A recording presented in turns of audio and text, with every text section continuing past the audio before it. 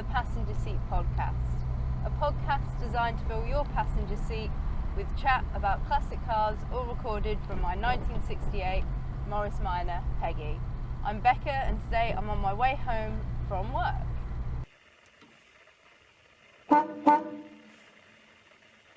So some of you might have seen online that I've recently looked and struggled to find an event being run for International Women's Day. International Women's Day is obviously a big way to celebrate kind of women earning equality and kind of still striving to earn equality in various different areas within loads of different industries and just within life in general. And I thought that kind of the automotive world was a really key area that women have had to kind of fight in a lot of ways to regain prominence. If you look at some of the women who were taking part in some of kind of the early days of things like racing and things like that, women had huge amounts of prominence. And then it kind of dropped off, like much of the kind of progress that was made by the war, and then has gradually been an ongoing kind of battle to regain. So I thought it would be something that would be really easy to find and it would be a great thing to go along to, and I struggled to find it, so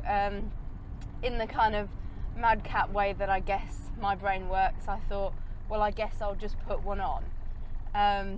So I've obviously had a little bit of experience with putting events on with the young members, but that's kind of a completely different thing really when I think about it. So this has been kind of with its own whole new challenges and stuff like that. Obviously it's kind of a set group of people that are coming, and there's not kind of constraints in terms of the type of cars and things like that can be associated with much wider groups when you're just inviting a group of Morris Minor young owners. So it made me really kind of think about how I wanted to approach events that I was running that were non-Morris Minor specific. I've been fortunate enough that in my nearly 3 years of owning Peggy that I've got to quite a few different events and different styles of events, and some of the events that have really stood out to me have been the more mixed, less exclusive sorts of events, and that's kind of informed what I've made the decision to do with my event. So this isn't going to be a whole podcast about that, but if you are a woman who loves cars, loves driving, and is looking for a way to kind of meet up with like-minded people, I will put the details of the event in the description box below, and I'd love to see you there. It's not like a passenger seat podcast meet, it is for women who are looking to kind of meet up with other women who love cars as much as they do, and kind of share and celebrate progress, and share and celebrate some of the fights that are ongoing. But it was that thought process that made me go through that, and some of the events that I've been through lately, that made me kind of want to do this podcast, which is actually about kind of one of those things that I think is going to shape how events look in future for so many classic car events, and car events altogether.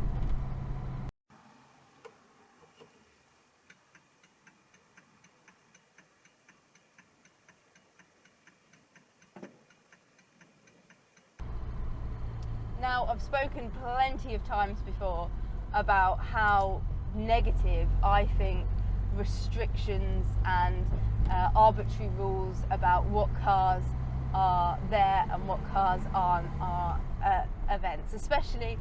lower level events that aren't kind of there to draw in public and money and things like that. Stuff like, the 40-year rule for your MOTs being kind of a cut-off date, and your tax being a cut-off date, or alternatively looking at kind of the arbitrary 25-year rule being kind of where you cut off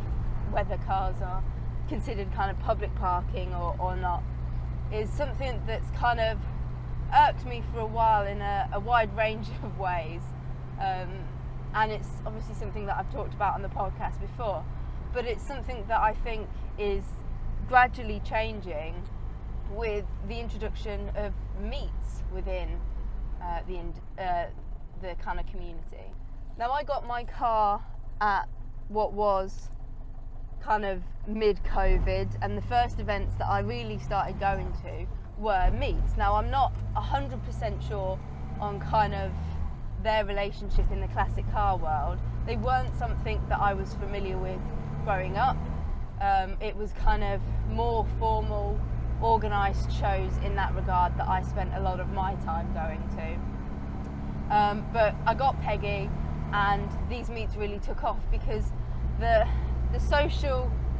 distancing and things that we all vaguely remember from a few years back and still impact us in many ways today meant that meets and the kind of fluidity of them, the fact that you weren't constrained to stay for longer than you felt comfortable, the fact that you could kind of park where you felt safe and access kind of a drink and a chat in an open air environment that was allowed, but it wasn't necessarily an organised all day event that had more stringent restrictions on them, meant that these really did start to kind of take off, I guess. And on top of that, there was increased concern for kind of people's mental health and mental well-being, and the kind of casual way in which a meet rather than a show is carried out was hugely beneficial to encouraging people to talk to each other and really kind of have a little chat, check in on each other, check in on people that perhaps hadn't been out of the house and stuff as much as they could have. So I can totally see if there was the perceived rise that I think there was in meets post kind of the first wave of COVID, I can totally see why they started to become hugely popular with classic cars. And these meets have been absolutely wonderful events to go to because the informality lends themselves to there being a huge amount of variety and kind of you're not filling out a form before you turn up about what your car is and whether it meets the requirements of the event. So you turn up in kind of whatever's working on the day, whatever you've got, and it doesn't matter if that's a 1920s Bentley or a early 2000s Berlingo. They're all kind of welcome as long as you're there because of the love of the car.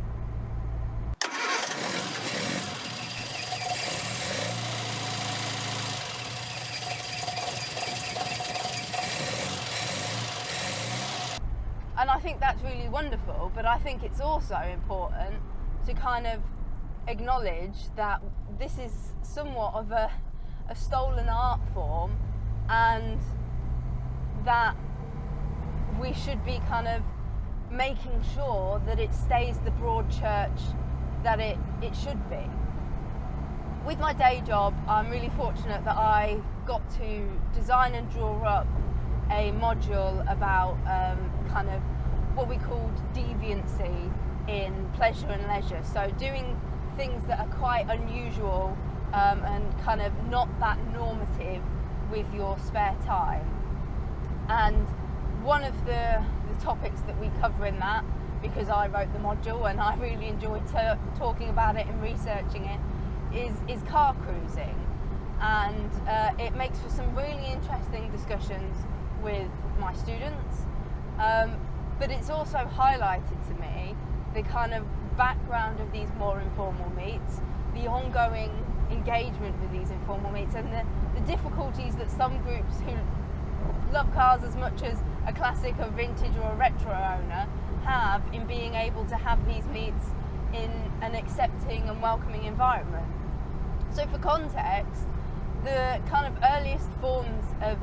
informal meets in kind of areas where there was refreshment goes back to the 1950s, particularly in America, where young people were getting hold of 1930s cars relatively cheap and making kind of modifications and adjustments to them, and then wanting to use them to show off to their friends and their families and things like that, mostly friends.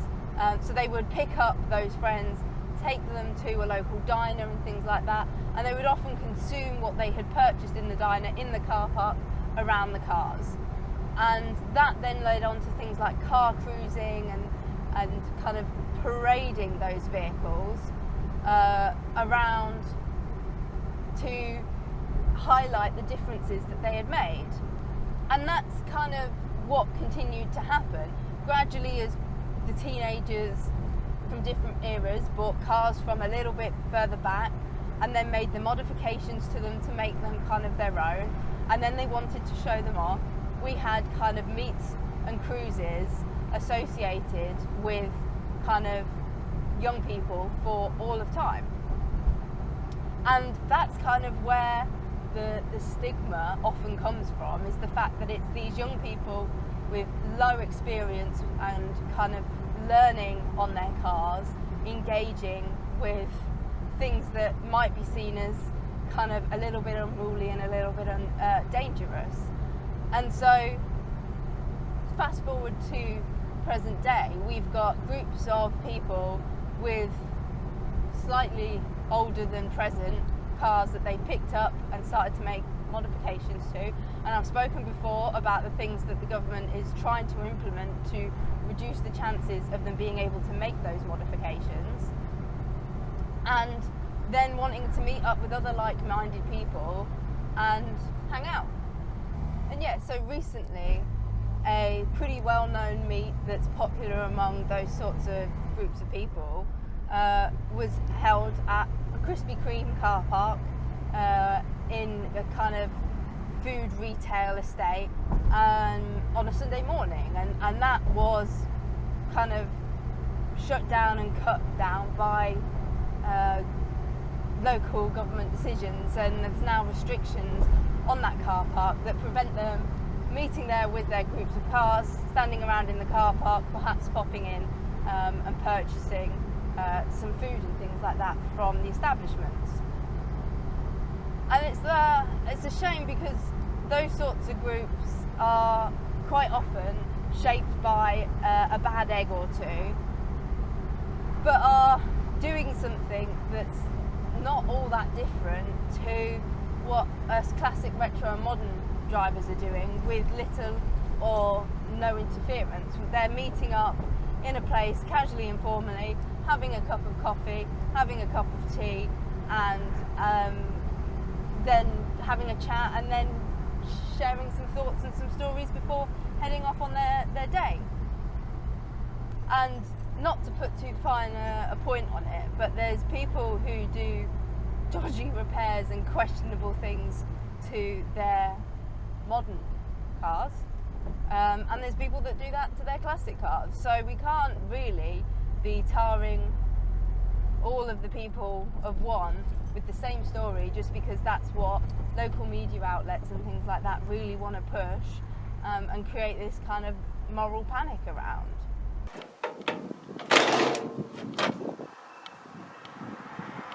But it's not all doom and gloom. What I do want to highlight is the fact that I have been to some really awesome informal meets over the last year or so. This time last year I went to one over at CBS Automotive. I went to the one at Barrington Classics at New Year's Day, and just this Saturday gone I went to one with a little local group called Lunar Cruisers, who have set up near me, and it's mostly modern, modified stuff, but they're really doing quite well at finding some great locations, and they've been super welcoming to the fact that I turned up in a Morris Minor, my friend turned up in his Renault 5, and Jamie tried to turn up in his Spitfire, but Wyvern didn't really fancy it and decided he was going to refuse to start. But they were really welcoming, and actually those sorts of events made for really interesting conversations, really interesting discussions, and really interesting lineups. Like, there's something different for everyone, regardless of kind of what you're into, and you can learn something from them. Like having a conversation with someone with a more modern modified car, you never know, you might learn something. They might ask you a question back and you can teach them something about your older car. And I've said it before, and I'll say it again and again and again, the way that we're going to get people to be interested in classic cars is to give them something to be interested in. They're not going to, if they don't come across the cars in their daily life, in their existence, randomly go out and buy a Morris Minor, a Renault 5, a Triumph Spitfire, whatever it might be. What they might well do is have a conversation with an owner who's really passionate about the car, is able to sell them on this interesting vehicle that they've got and the unique quirks about it, and that could actually be quite an interesting purchase and something quite complementary to their more modern modified car.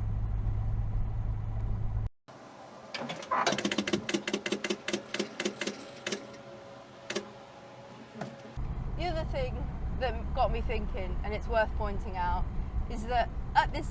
Lunar Cruisers event, when I was having a wonderful time and having a nice chat with my friends and some other people that had come along, is that whilst Peggy was the oldest car there, she was not any more different in age with cars there than she was with pre-war cars. You will see a Morris Minor alongside, I don't know, an Austin 7 at an event and think nothing of it, right? Because you think, well, it's a classic car. They're meant to be there next to each other. But actually, when you think about it, some of the technological advances that happen between Peggy and an Austin 7 are huge. And there's as many differences and quirks and unusualities between that as there is between Peggy and, say, the MX-5 that was at the event, or the Subaru or whatever. And so you can have as interesting a conversation with somebody there as you can with somebody at a classic show. As long as you love cars and you love all things mechanical, it shouldn't matter how old it is, the car that you're sat next to at an event, and what good conversation you're having.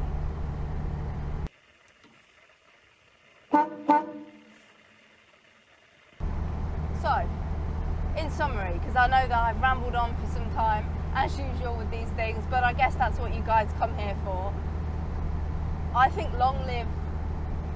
the meat. I think meats will really start to take over. The flexibility, the fact that you're not tied into being sat in a field all day. Most of us buy these cars because we love to drive them, right? Most of us drive these cars because we enjoy their quirks and their features. And so going to an event where we are looking to enjoy our car, have some fun, have a destination to drive to, and then perhaps some time afterwards to go for a nice drive with a group of friends, is going to become, I think, increasingly more appealing to a lot of people. And I think that in the not too distant future we'll see the gradual decline of things like static village shows and things like that, and much more interest in stuff like a casual weekend meet or a casual early morning meet and things like that.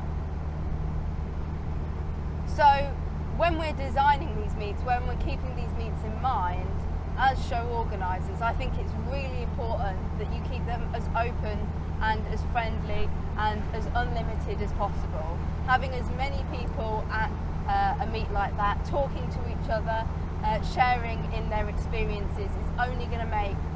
your meet more popular and more something that people are willing to come along to. And I'm hoping that that's what I'm going to achieve with this International Women's Day meet that I'm putting on. I'm hoping that people are really going to enjoy the variety and things of stuff that turns up, and enjoy just talking to each other and sharing in their experiences of owning interesting cars.